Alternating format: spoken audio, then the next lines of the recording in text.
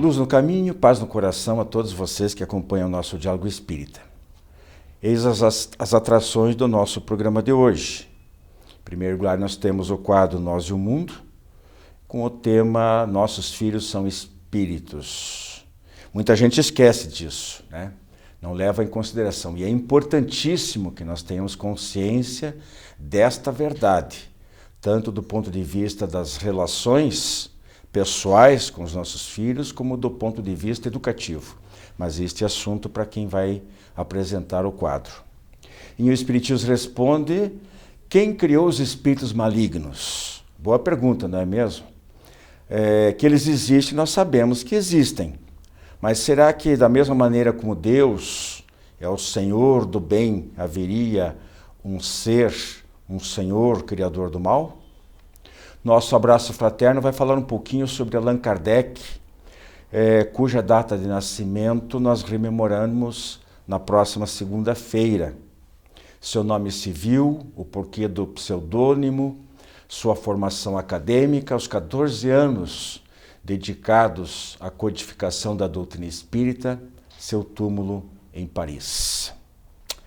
E com isso a importância do nosso quadro Fonte Allan Kardec. Estamos começando bem o mês de outubro, não é mesmo? Então não perca nada do programa de hoje.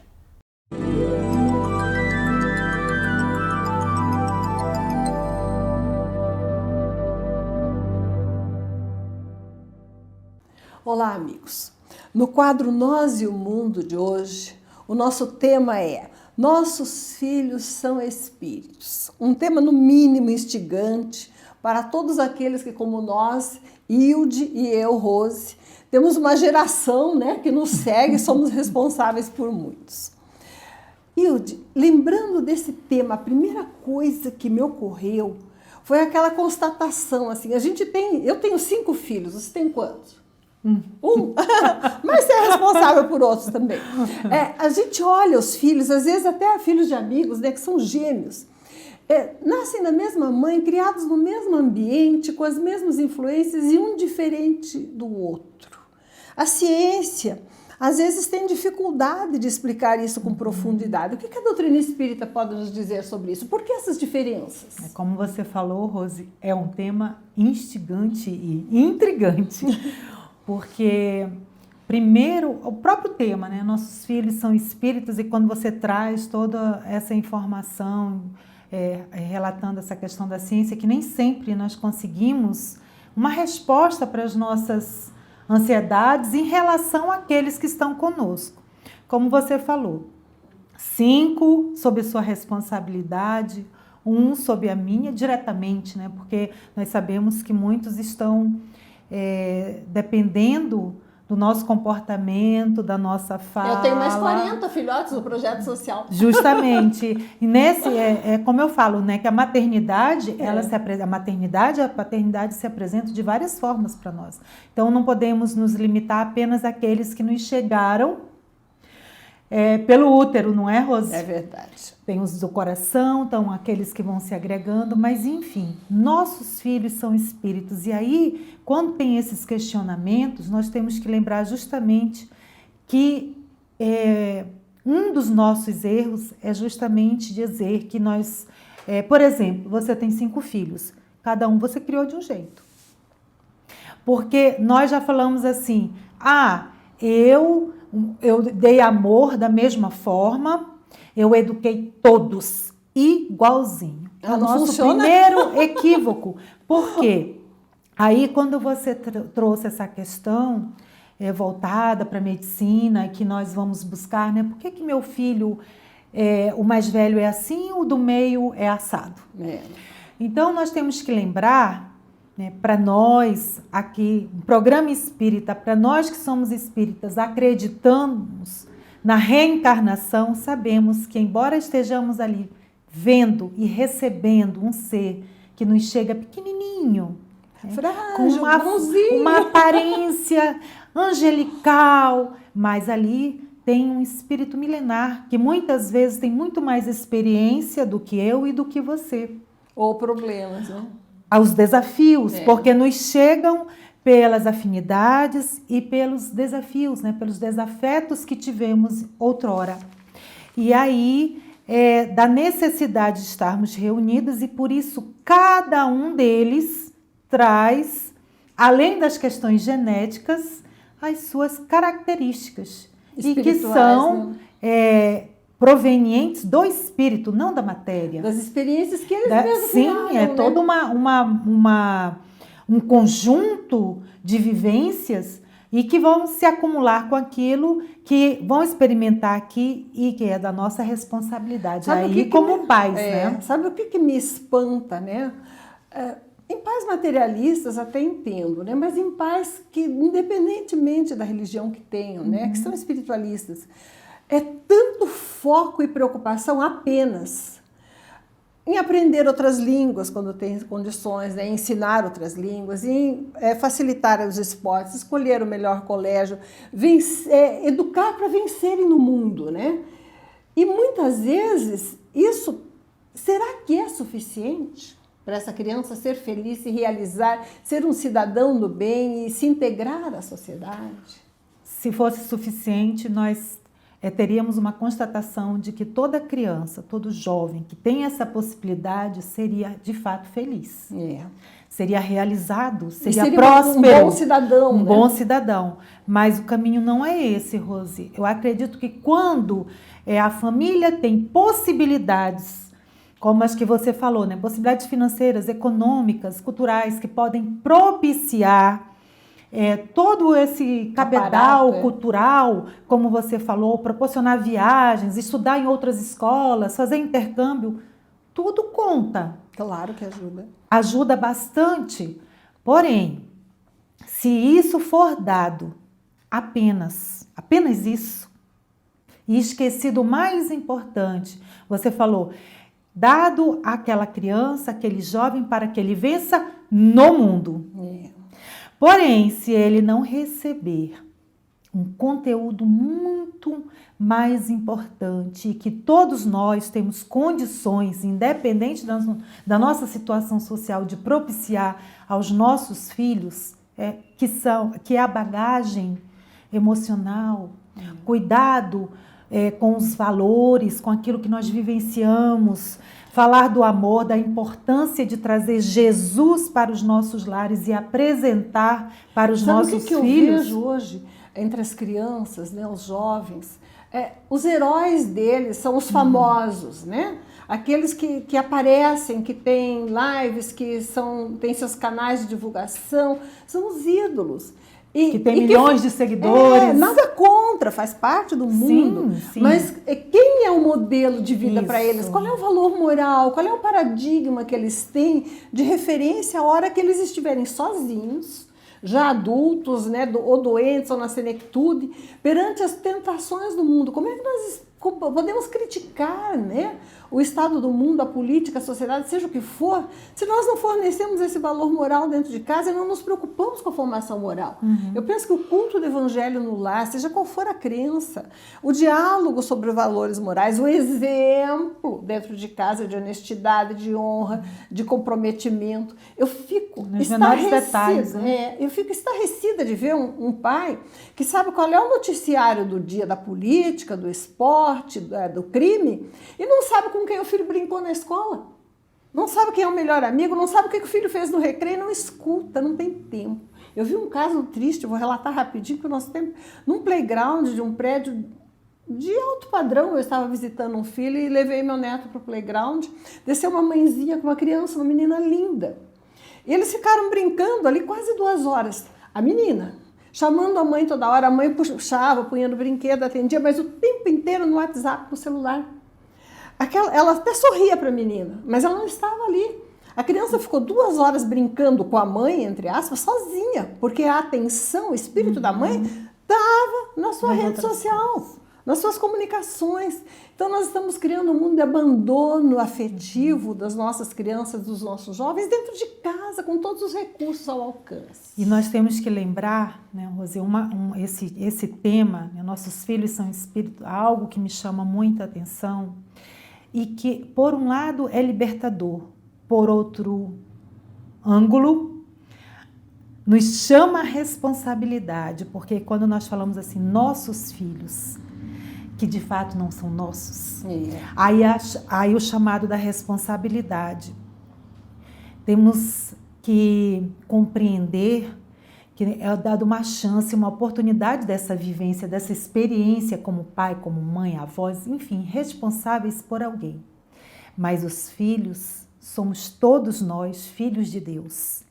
Imagina nossa responsabilidade sabendo que somos espíritos imortais. E que ele nos foi confiado, né? Foi confiado a nós essa responsabilidade. Para formação moral. Para educar, para estar atento a algumas situações que aquele ser vai trazer. Por isso a importância da primeira infância. Do diálogo em casa, para que a gente né? possa ir ali podando, né, como nas plantinhas, aquilo que está ruim, para que ele possa se desenvolver e seguir no caminho do homem de bem. Eu acho, evitando até aquilo que está acontecendo nas famílias que tiveram um modelo patriarcal, matriarcal. Hoje em dia, em algumas famílias, é um modelo filiarcal. É o filho que determina onde é que vão comer, qual é a comida que se pede, qual é o programa que se assiste, o que se faz. Então tem que voltar à estrutura familiar, não do autoritarismo, mas do estabelecimento de metas em conjunto, de respeito à individualidade da criança, de ouvi-la, mas de fazê-la assumir as suas responsabilidades. Estabelecendo os limites necessários, né? Saber qual é o meu limite conjugal, o limite filial, fraternal, para que a gente possa ter uma boa comunicação, estabelecendo assim esses valores tão importantes. Através do amor, né? E do exemplo, oferecendo Jesus como guia. Muita paz, fiquem conosco.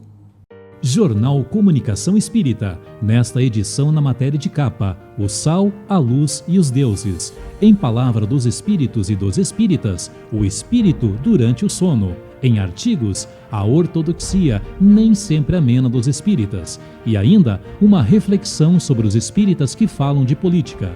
Jornal Comunicação Espírita. Assine e recomende.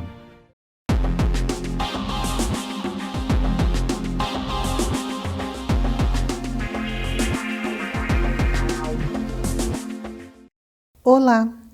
Hoje no quadro O Espiritismo Responde, nós temos a seguinte pergunta: quem criou os espíritos malignos? É bem interessante. E para responder essa pergunta, nós iremos retroceder na história. De onde que surgiu?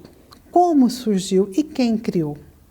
Nós sabemos, lá na antiguidade, para alguns historiadores, espíritos malignos, ou o diabo, o Satanás, Satã, demônio, é uma criação mental que foi criada com o intuito de fazer um controle para que as pessoas pudessem seguir sempre no caminho do bem, no suposto caminho do bem, para eles não se perderem.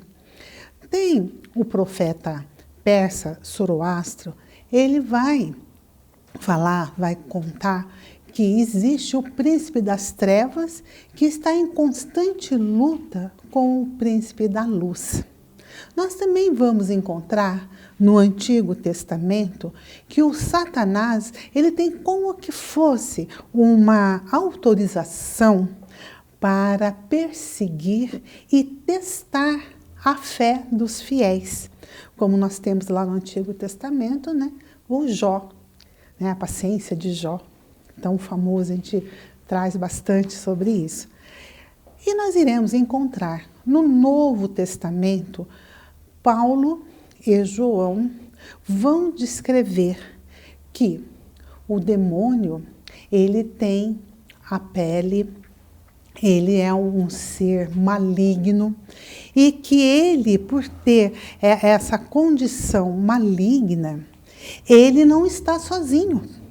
Ele age numa legião. E nessa legião ele tem um líder, que é Lúcifer. E mais alguns anjos que foram expulsos do céu por desobediência a Deus.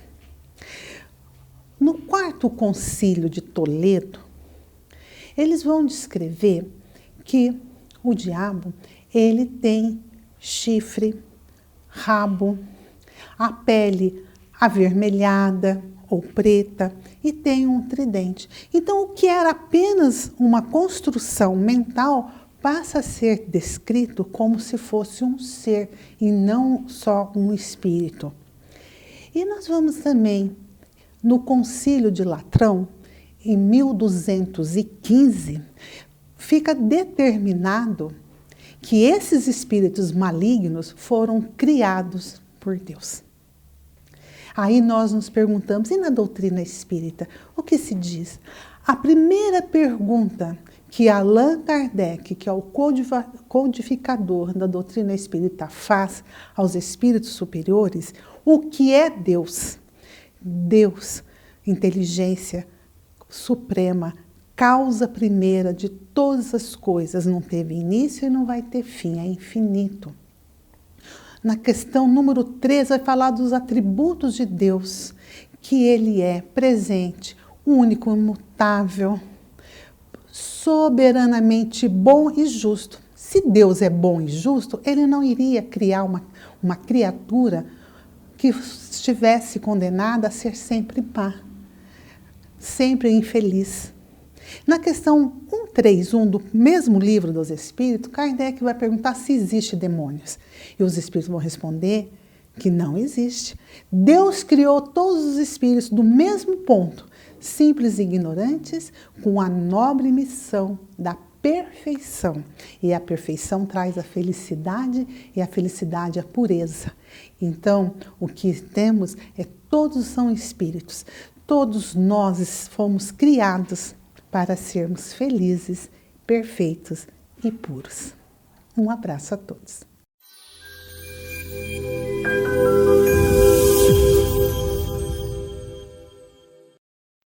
Olá! No quadro Fonte Allan Kardec trouxemos o tema Escravo por opção. Todos nós sabemos que, de acordo com as leis divinas, nenhum de nós tem o direito de se apropriar de outro ser. Há muitos anos, organizações não governamentais, instituições internacionais lutam pelos direitos de todos nós, para que nós possamos ter assegurada a nossa liberdade de ir e vir, de nos expressarmos, de nos relacionarmos livremente. Porém, nós sabemos que ainda hoje na nossa sociedade, muitas são as formas de escravidão. Embora quando falemos, alguns possam dizer, nossa, mas a escravidão não exista mais. Porém, nós sabemos que há crianças que exercem atividades, logicamente que elas gostariam de estar brincando, estudando, mas são levadas ao trabalho escravo. Assim como nós temos tráficos de homens, mulheres e famílias, sem contar a escravidão que todos nós, ou a grande maioria de nós, ainda passamos. Temos os nossos vícios que nos escravizam, a gula, a luxúria, a ira e tantos outros. Muitas são as formas de nós nos comportarmos e de sermos escravos na vida. Independente da forma como nós nos relacionamos, sabemos que ainda existe. Porém, Joana de Ângeles nos traz uma mensagem em que ela fala que há um tipo de escravidão que é libertadora. E quando falamos de escravidão, o que é escravidão? Se é o fato de estarmos submissos ao poder do outro, subjugados? Então, como pode haver uma escravidão que seja libertadora? Ela fala para nós que é uma escravidão por opção. Uma escravidão que eu recebo um convite, você, todos nós, diariamente. É servir a Jesus Cristo. ela nos fala assim: há uma escravidão-liberdade, resultado de livre opção da criatura. Trata-se da escravidão a Cristo por amor.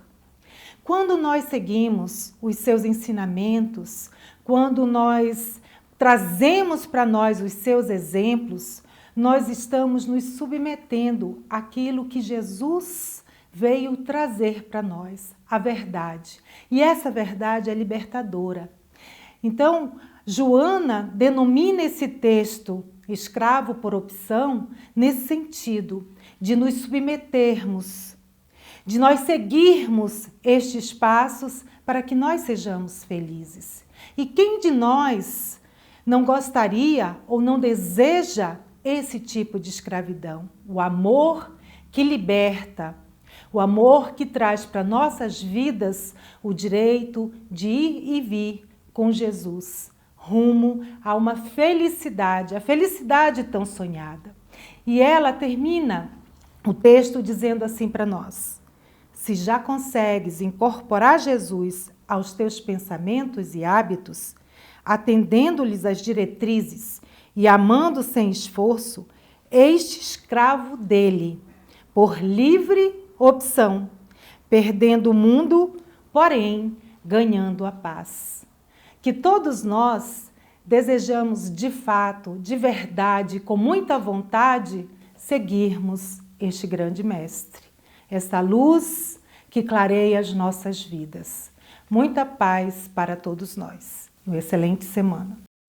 Visite nosso canal no YouTube e confira nosso acervo de programas, debates, entrevistas, o diálogo aberto na visão espírita.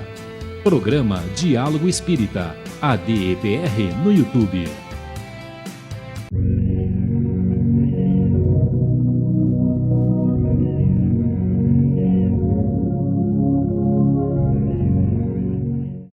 Na próxima segunda-feira, dia 3, nós recordamos o nascimento de Allan Kardec, em 1804, em Lyon, na França. Nosso abraço fraterno aqui, de certo, que não representa nada para o codificador da doutrina espírita, mas é uma forma que encontramos para homenageá-lo e, uma vez mais, demonstrarmos o nosso reconhecimento por tudo aquilo que hoje nós usufruímos à custa do seu intenso trabalho durante 14 anos. Várias biografias já foram escritas, documentários e filmes foram feitos para retratar a vida deste homem extraordinário. Mas em vez de tentar aqui resumir um pouco disso tudo, eu apresentarei algumas informações esparsas, algumas curiosidades colhidas aqui e acolá, para ilustrar um pouquinho do porquê do nosso abraço, da nossa prece de gratidão, do nosso muito obrigado, mestre Allan Kardec. Hippolyte de Leon Denis Rivail, que depois adotou o pseudônimo de Allan Kardec, foi um legítimo representante do pensamento racionalista francês. O astrônomo Camille Flammarion, no discurso à beira do seu túmulo, do mestre, o chamou de bom senso encarnado. Foi estudar, depois dos primeiros estudos em sua cidade natal, foi estudar em Yverdun, na Suíça, com o mestre Pestalozzi. Estudava 10 horas por dia. Aqui tem as disciplinas, segundo consta, que fazia parte do seu currículo. Ginástica, trabalhos manuais, natação, dança, esgrima, caminhadas, patinagem, teatro, jogos, música, história, literatura, mineralogia, botânica, zoologia, anatomia, fisiologia, psicologia física, química, grego, latim, francês, alemão, matemática, desenho e geografia. Ao sair de lá, escreveu até 1854, até antes de começar a se dedicar ao espiritismo, 22 livros didáticos, alguns deles adotados pelo sistema oficial de ensino francês, e teve trabalhos premiados pelas academias. Em maio de 1855, como convidado, teve seu primeiro contato com os espíritos numa sessão em que se utilizava do recurso das cestinhas de vime para obter as comunicações com os entes desencarnados. Numa dessas primeiras sessões, em 1856, lhe foi revelado pelo espírito Zéfiro que fora um sacerdote druida ao tempo do imperador Júlio César, que então, nessa época, usara o nome de Allan Kardec. Daí, depois, ele ter adotado como pseudônimos para o trabalho dentro da doutrina espírita. Ele e Zéfiro haviam convivido nas Gálias entre 58 e 44 a.C. Mais tarde, em outra comunicação, já em 1857, através da médium Hermance Dufour, revelou outra de suas anteriores reencarnações. Teria sido ele o reformista João Hus, o tcheco, condenado à morte na fogueira pela Inquisição. Mensagem de 30 de 4 de 1856 foi onde ele teve a primeira notícia sobre a sua missão em relação ao espiritismo, com a médium senhorita Jafé. E em outra, de 12 de junho do mesmo ano, através da jovem Aline Baudin, a confirmação dessa missão. Em 5 de janeiro de 1857, portanto, menos de 7 meses depois desta segunda mensagem, o Livro dos Espíritos foi para a gráfica. E um ano depois da primeira mensagem, foi publicado o Livro dos Espíritos, em 18 de janeiro de 1857. Certo espírito comunicou-se certa vez, não diretamente a Allan Kardec, e disse ter observado trabalhadores, observado ele trabalhando, escrevendo, e diz que havia cerca de 20 espíritos que cochichavam em sua volta, sobre a sua cabeça, e ele ouvia ruídos. Os espíritos trocavam ideias e 2 ou 3 lhe falavam mais diretamente, e ele pensava serem ideias próprias. Kardec confirmou isso depois, o que prova a sua mediunidade inspirativa. Em outra ocasião, ocorreu uma reunião com Allan Kardec, com cerca de 8 ou 10 pessoas encarnadas, e com a presença de cerca de 100 espíritos. Napoleão III chamara Allan Kardec diversas vezes no Palácio das Tulherias para conversar sobre os fenômenos espíritos, sobre a doutrina nascente. O bicentenário de nascimento de Allan Kardec coincidiu com o bicentenário do cemitério Père Lachaise, que é onde fica o túmulo de Allan Kardec. Seus restos mortais foram inicialmente colocados em outro cemitério, de Montmartre, e um ano depois transferidos para este local. O túmulo aqui é o mais florido do cemitério, graças à visita, aos cuidados, principalmente dos brasileiros. Fato este que nós tivemos oportunidade de comprovar numa manhã chuvosa de junho de 2012. Allan Kardec fez várias viagens para divulgar a doutrina, sendo que as principais foram em 1860, 61, 64 e 67, pelo interior da França e da Bélgica. Esta de 1862 durou quase 2 meses, ele percorreu 3.862 quilômetros, não existia automóvel na época, muito menos avião, e visitou cerca de 20 cidades.